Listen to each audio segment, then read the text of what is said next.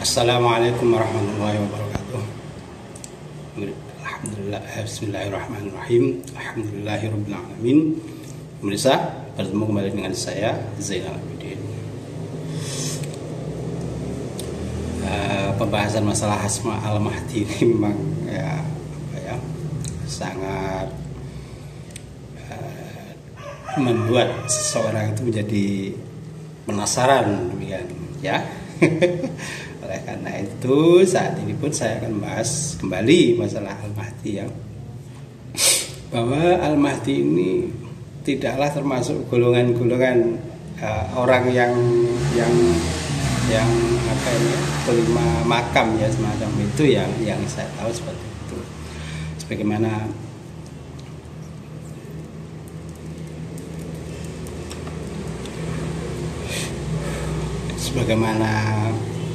yang disebutkan ya, kalau bismillahirrahmanirrahim, ana inda dzanni abdi bi ya.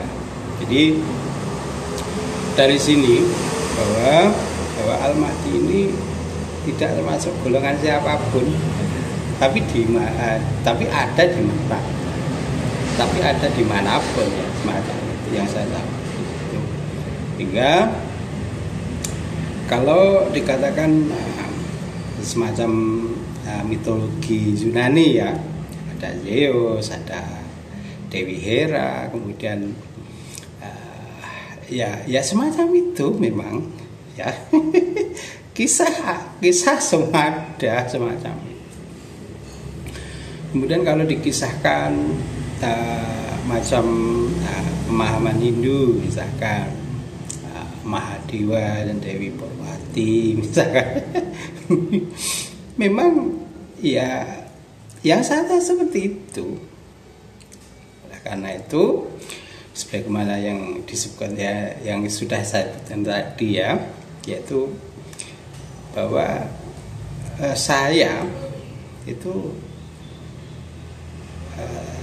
tampilannya seperti yang sampean kehendaki, seperti yang sampean prasangkakan ya. Semua masuk dalam kriteria seperti itu. Memang sudah saya katakan bahwa Al-Mahdi ini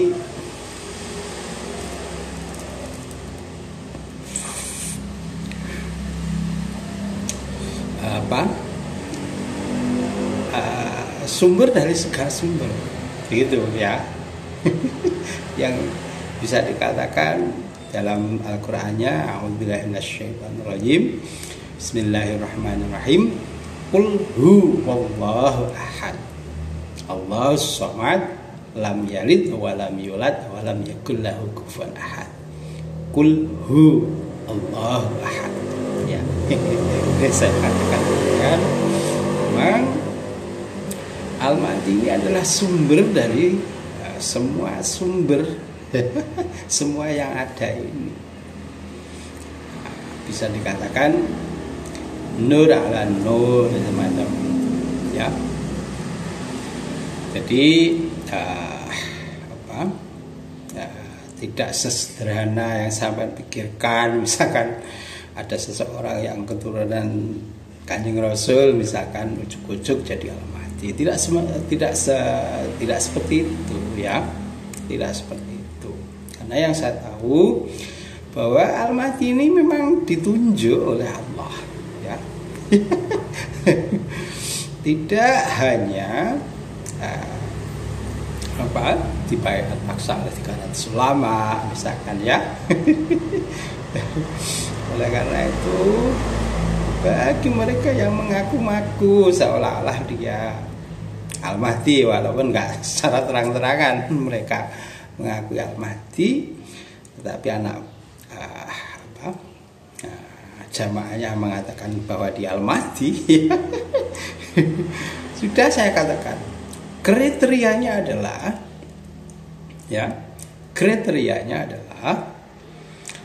orang yang di islah dalam semalam ya. Sudah sampean katakan sendiri, sampean baca sendiri bahwa di islah dalam semalam ini yang tadinya tidak tahu masalah ilmu Allah misalkan ya, tidak tahu Allah, lalu menjadi tahu Allah, kemudian menjadi tahu ilmu, segala ilmu ya. Semacam itu. Jadi tidak ujuk-ujuk sampai mengangkat seseorang seolah-olah dia Al-Mahdi, kemudian menjadi Al-Mahdi sungguhan ya. Karena apa? Kriterianya yang mudah dipahami ya, menurut saya adalah diislah dalam semalam. Yang kemarinnya tidak tahu tentang Allah, sekarang tahu benar tentang Allah, dengan siapa Allah, kemudian siapa Allah itu sebenarnya, Allah itu siapa ya, ini benar-benar tahu. Jadi tidak hanya klaim bahwa dia Al-Mahdi, diutus Al-Mahdi, tapi tidak tahu Allahnya. Ya, ini kan ya lucu, Bapak-bapak. Karena yang mengutus dia itu Al-Mahdi, sebagai Al-Mahdi itu Allah, bukan kehendak nafsu sampeyan. Ya, semacam itu. Makanya berhati-hatilah dalam mengikuti, misalkan yang sampai pandang sudah mentok ilmunya ya.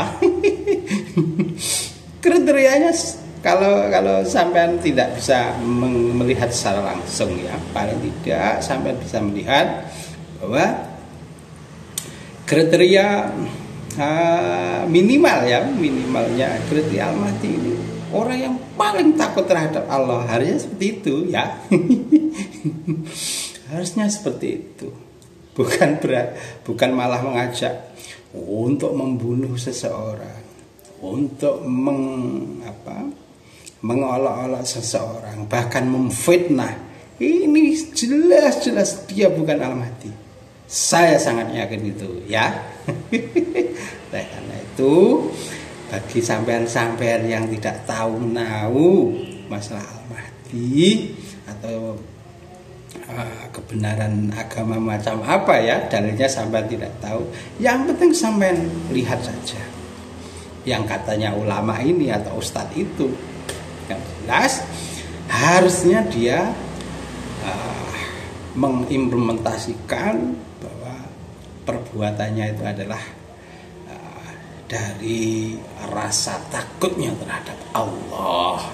Karena dalam Al-Quran sudah tidak boleh mengajarkan seseorang untuk keburukan. Tentu kalau dia menjalankan keburukan, tentu dia bukan Al-Mahdi. Itu jelas kriteria seperti itu ya. Padahal yang sudah takut terhadap Allah itu pun masih belum tentu kalau dia Al-Mahdi. Sebab apa? Karena yang jadi Al-Mahdi adalah seseorang yang dipilih oleh Allah untuk menjadi Al-Mahdi itu sendiri, ya toh?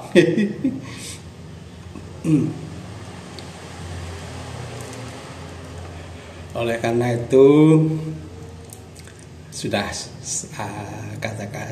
saya katakan ya, mulai introspeksi, mulai berpikir ya, apakah yang sampai mati-matian sampai hari ini benar-benar Al-Mahdi, atau hanya klaim sepihak, atau hanya keinginan-keinginan sesaat, keinginan-keinginan duniawi yang dibalik oleh agama ya. Karena apa? Saya sangat meyakini sampean tidak tahu kesemuan semua dalil-dalil yang menunjukkan bahwa agama itu seperti apa, ya toh?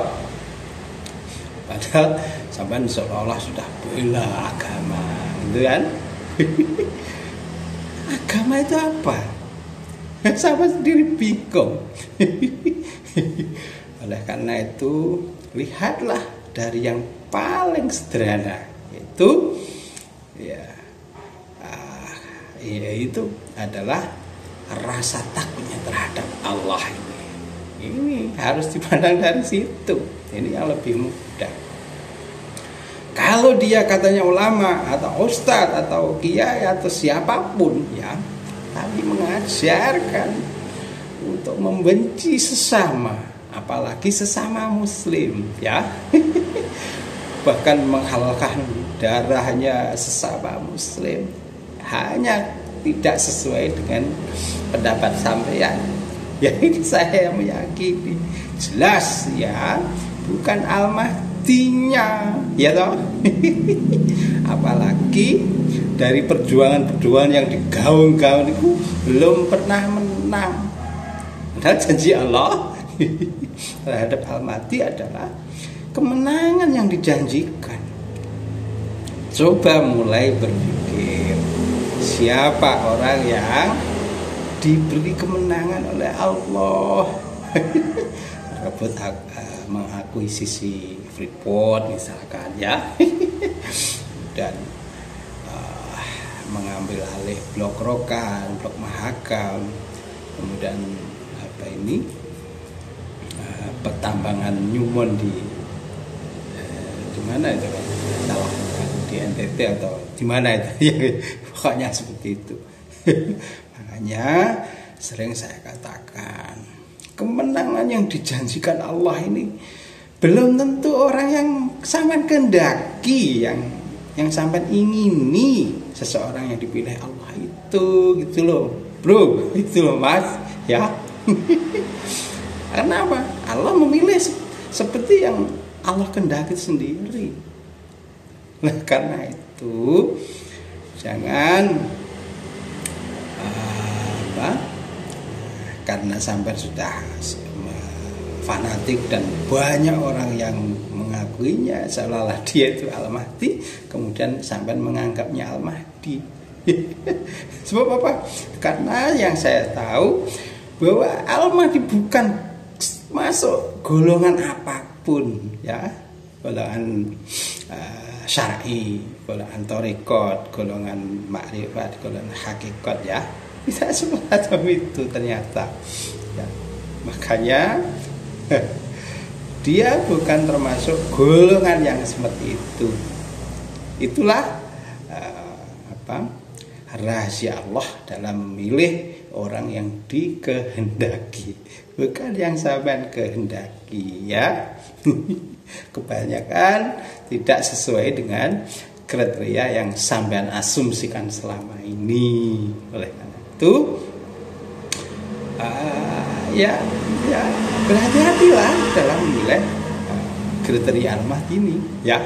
Karena saya sangat meyakini bahwa saat ini banyak sekali orang-orang yang mengharap-harapkan kemunculannya Al-Mahdi. Karena kezaliman selama ini ya, sebelum munculnya Al-Mahdi ini ya, ini begitu luar biasa. Bahkan sampai sudah Al-Mahdi pun sudah muncul, sampai tidak berasa, seolah-olah yang sampai bela itu Al-Mahdi. Tapi cobalah berpikir, apakah seseorang yang sampai anggap Al-Mahdi ini, yang sampai bila mati-mati ini dimenangkan apa belum ya? Dimenangkan atau tidak? Karena janji Allah Al-Mahdi selalu dimenangkan ya. Kalau tidak dimenangkan, jelas dia bukan Al-Mahdi ya. Bapak-bapak, janji Allah seperti itu yang sampai baca sendiri toh hadisnya. Bahkan saat ini pun di Arab Saudi ini kan sudah mendapati suatu keadilan ya, yang dulunya wanita-wanitanya tidak bisa beraktivitas seperti apa ini bersamaan gender lah semacam itu. Sekarang sudah wanita bisa mengemudi sendiri, bisa mendapat SIM ya, dan lain-lain, bisa menonton sepak bola dan lain-lain. Ini adalah bentuk keadilan ya. Ini kalau sampean bacanya keadilan harus semuanya muslim ya, jelas sampean justru tidak adil ya. Karena itu mulailah berpikir ya, bahwa Al-Mahdi bukan termasuk 4 golongan yang sering disebut-sebutkan orang ya. Ya, karena apa? Semuanya ada di dalam diri Al-Mahdi itu.